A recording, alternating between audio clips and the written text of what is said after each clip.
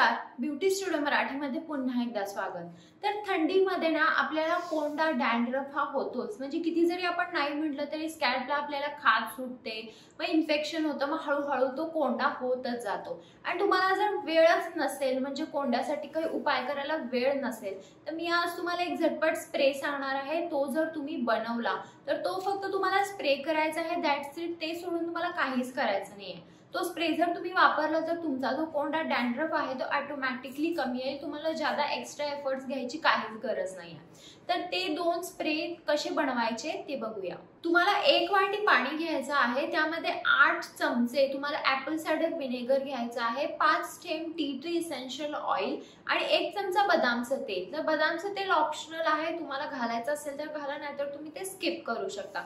तर हे तुम्हाला स्प्रे बॉटल मध्ये स्टोअर करायचं आहे, चांगलं मिक्स करायचं आहे आणि हा स्प्रे तुम्हाला तुमच्या मुळांवर स्प्रे करायचा आहे। रोज सकाळी आणि रात्री हा स्प्रे जर तुम्ही तुमच्या मुळांना स्प्रे केला तर तुमचा जो कोंडा असेल, डॅन्ड्रफ असेल, तो लगेच निघून जाईल। तुम्हाला काही ज्यादा अँटी डॅन्ड्रफ शॅम्पू किंवा कोणती वेगळी ट्रीटमेंट करायची काहीच गरज नाही लागणार। तुम्हाला 2 कप ग्रीन टी घ्यायचं आहे आणि त्याच्यामध्ये 10 थेंब लव्हेंडर इसेन्शियल ऑइलचे घालायचे आहे आणि हे देखील तुम्हाला चांगलं मिक्स करून स्प्रे बॉटल मध्ये स्टोअर करायचं आहे आणि हा स्प्रे तुम्हाला तुमच्या मुळांवर स्प्रे करायचा आहे।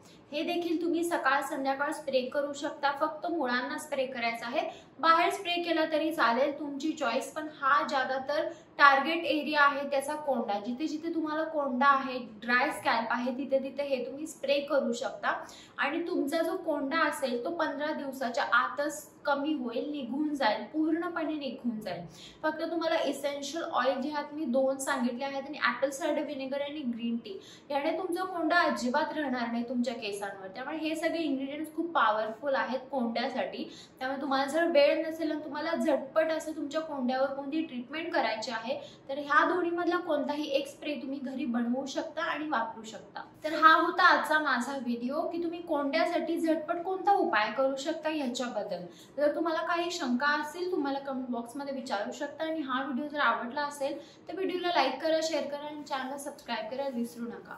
चला तर मग आपण लवकरच भेटूया एका नवीन व्हिडिओ मध्ये, तोपर्यंत काळजी घ्या, बाय।